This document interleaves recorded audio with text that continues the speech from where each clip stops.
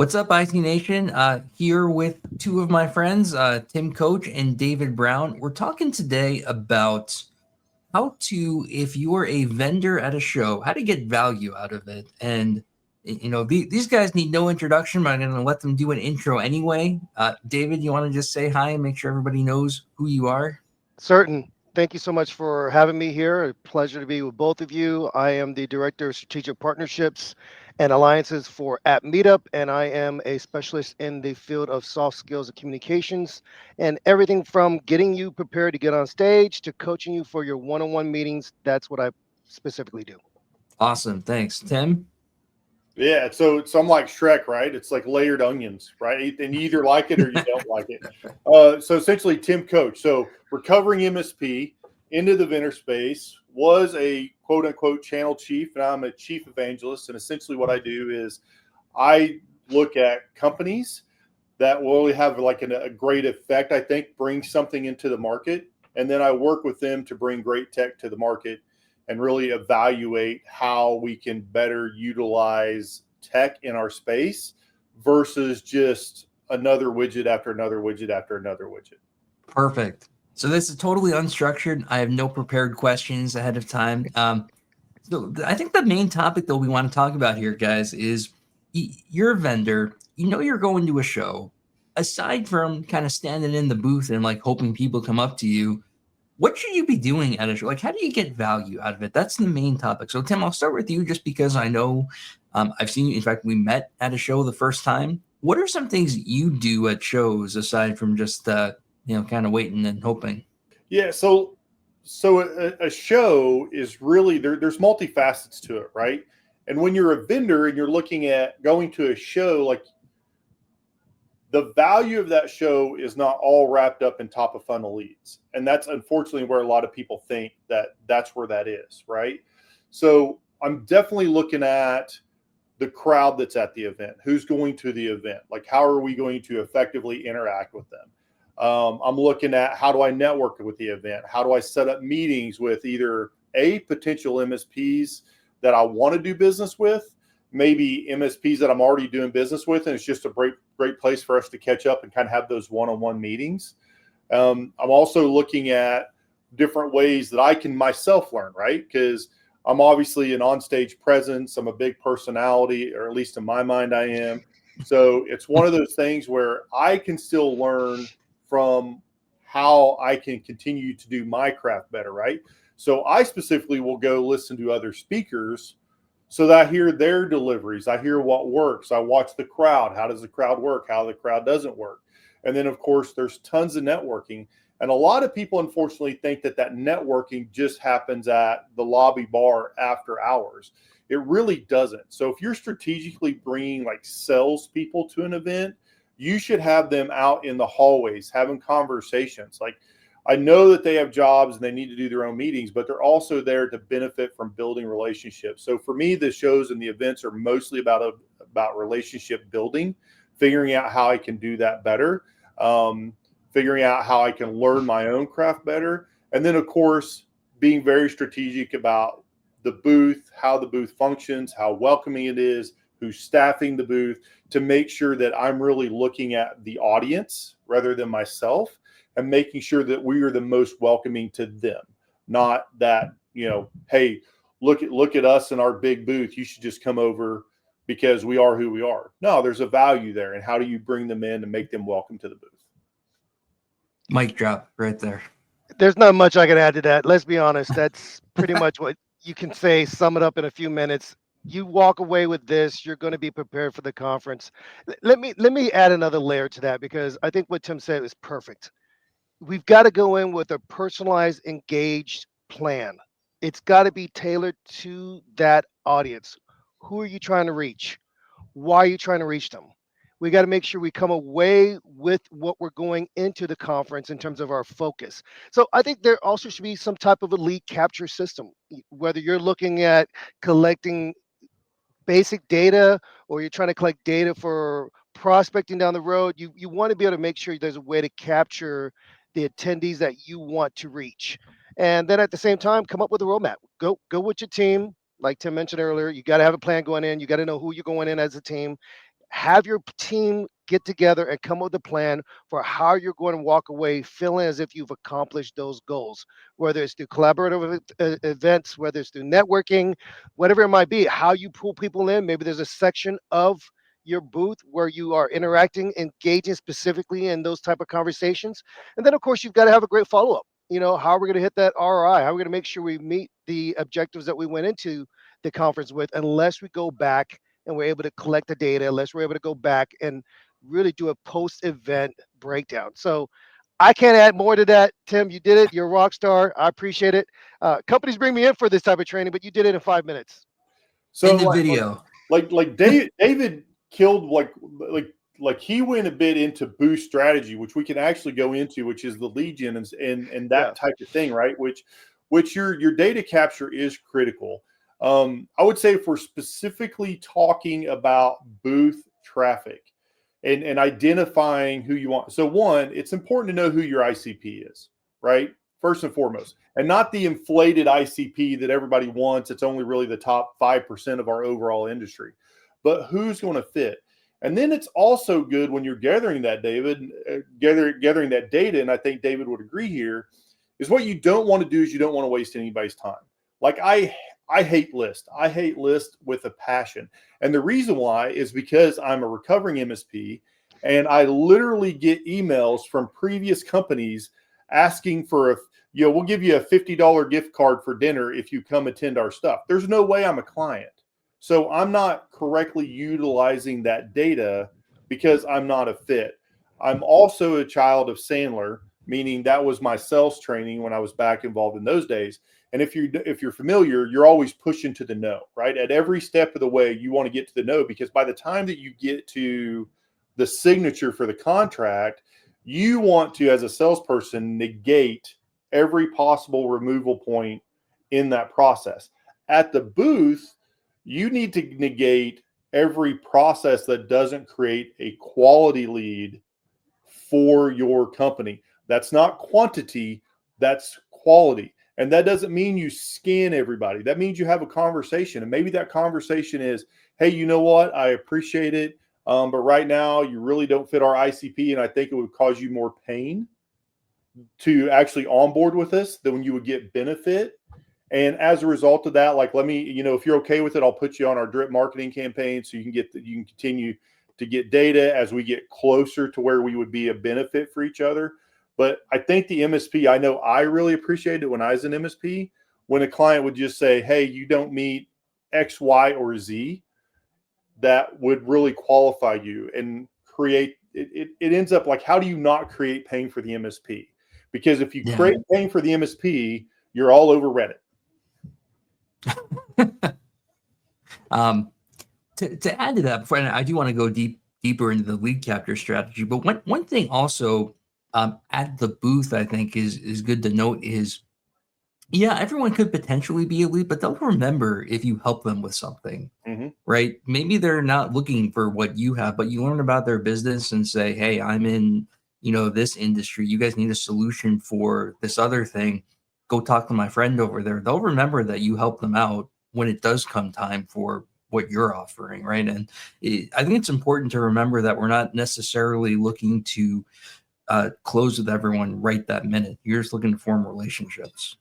Yeah, that's true. I think the thing that I would add to that is you want to be very cognitive of the fact that you're not a robot.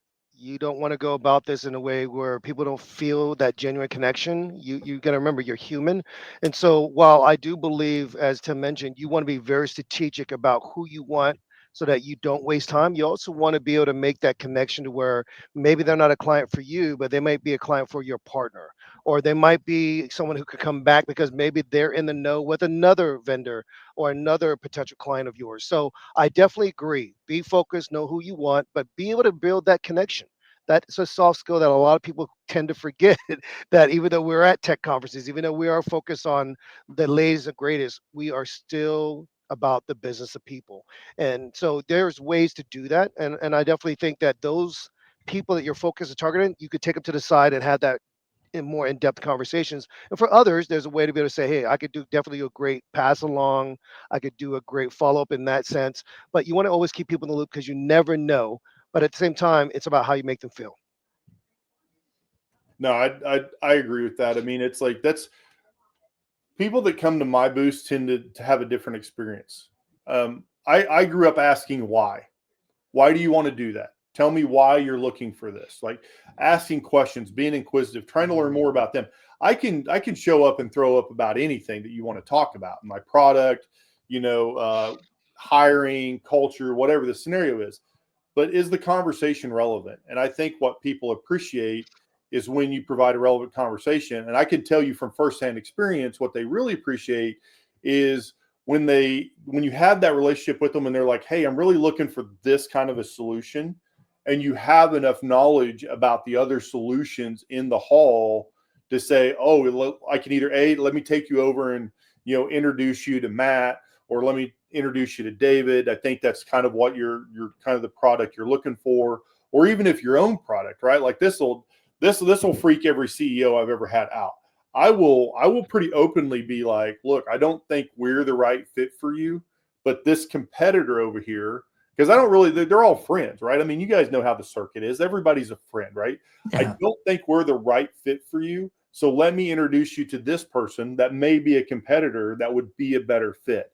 That's the relationship part of it. And I'm a firm believer. If you just do right by people, the money will take care of itself. It's no joke. I mean, I've spent a lot more time attending shows before I was on the vendor side, and I still remember the instances like that, right? People who would give me the time of day back when I couldn't afford to buy anything, I had no budgetary approval, and later on, when I was ready to buy something, guess who I went to, right? The people who treated me with respect back then. Yeah, that's such a great point. It's all about what you do to make people feel that connection. And to me, they remember that more than your product or your service. And even to this day, people will come and ask my twin or myself about solution sets or about how to build their deck in ways that don't pertain to us, but we're able to say, here's a great company, or here's someone you could speak with. And I appreciate that because they trust us. And that's what's being built through that. I agree.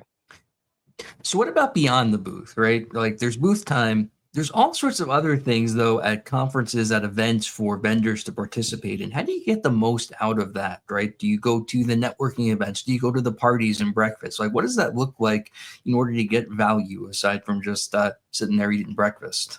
Well, if you don't mind me taking a stab at this, Tim, first, is that we mentioned earlier, at least I brought up earlier, that you've got to be engaging and you have to have a plan. So if you're going to a conference and there might be 8 or 10 people that are there total, there are ways to look at the entire event, the entire conference, and divide and conquer. So you've got to be able to show yourself beyond that conference, let's say the booths where it's going to be located and that's all that they see of you.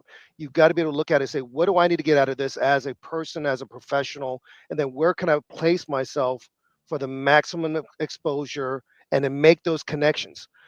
I literally can feel like I'm getting lost when you're going to a conference, 3,500 people, 7,000 people, what have you. But if you go in knowing these are 3 or 4 people I need to meet with, or these are 3 or 4 situations I need to be engaged in, that's where you're going to get the most of the conference. So come up with a plan, divide and conquer, figure out where you need to be, where you need to place yourself.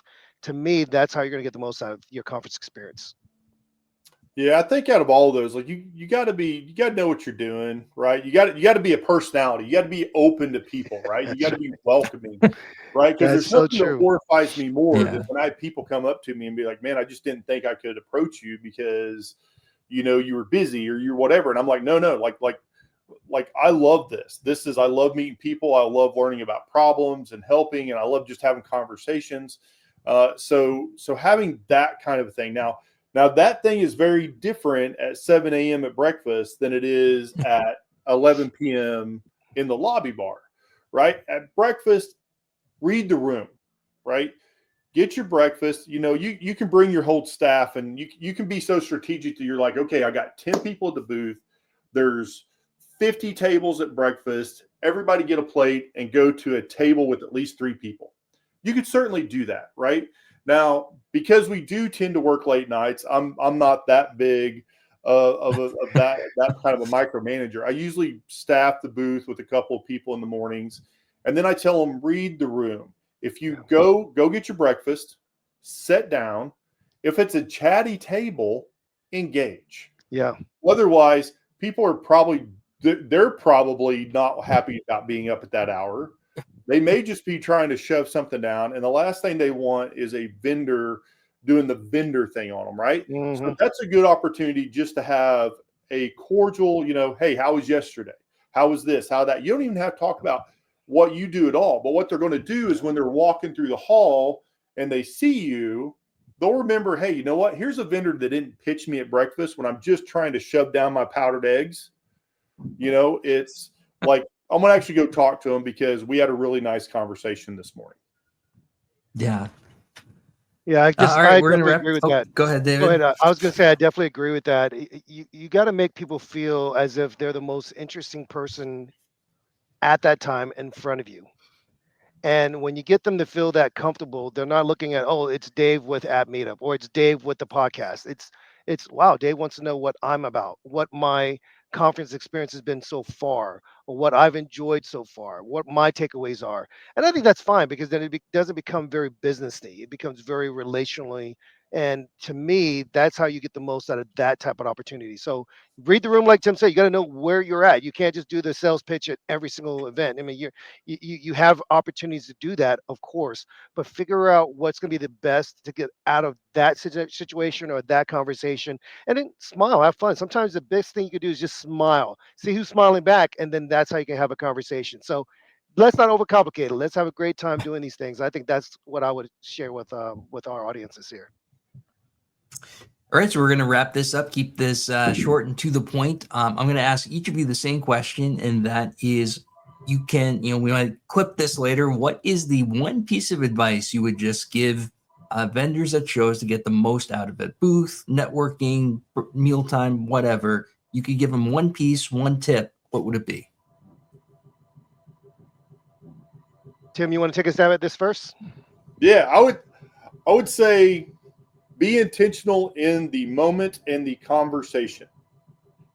That's it. It doesn't matter. Like the vendor thing doesn't matter. The whatever doesn't matter. Be intentional, be open, and be in the moment of the conversation. I love that. Intentional, being focused. Let me throw this as my one bit of advice. Be genuine. Be who you are. Don't try to be like somebody else. Maybe you see there's a conference rock star. Don't be that person. Be who you are. That's what's going to be received. And if you do that and you smile and have a great time, you're going to walk away with what you want. So be intentional, be genuine, because there's only one you. I should know that I'm a twin. Well, awesome. Thanks, guys. So this is, we're making this for IT Nation Secure, but this applies to any event, any conference, and appreciate you guys coming on. Hopefully, if you watch this, you got something out of it, and we'll see you on the road.